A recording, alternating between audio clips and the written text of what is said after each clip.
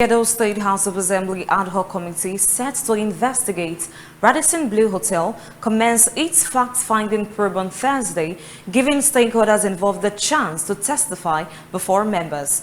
BTV State House correspondent Osargi Agobo reports.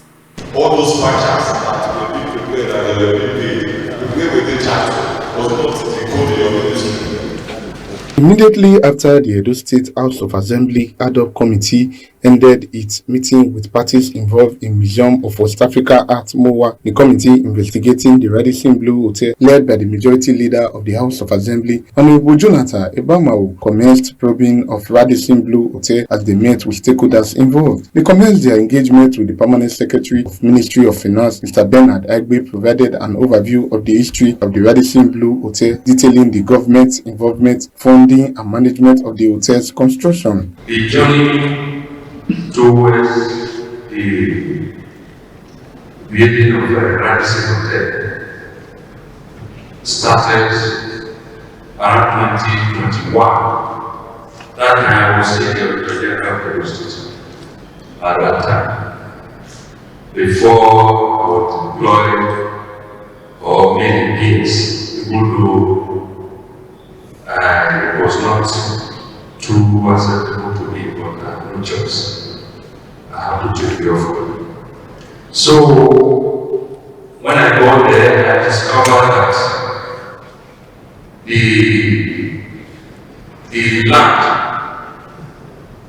or the property where Radisson is presently situated was initially meant for this hotel, and so the land was the property and everything, and all the appurtenances were, as the lawyers would say, were acquired at the cost of 2 billion, and the payments were in 5 tranches. The Edo State House of Assembly committee members, however, expressed concern over the figures and the operational methods employed by the government in relation to the hotel. HIMC was incorporated as a limited liability company for the purpose of boosting tourism and hospitality in Edo State. Am I correct? Yes. HIMC ownership of the then, I think, Ritz Hotel. No, I don't say this.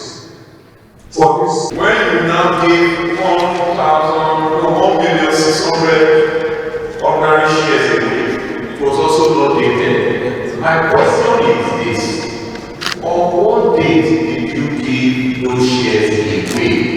Answer. 2. The agreement for the 2% success fee for divestment, 2.5% for divestment. Is it 2.5% of what?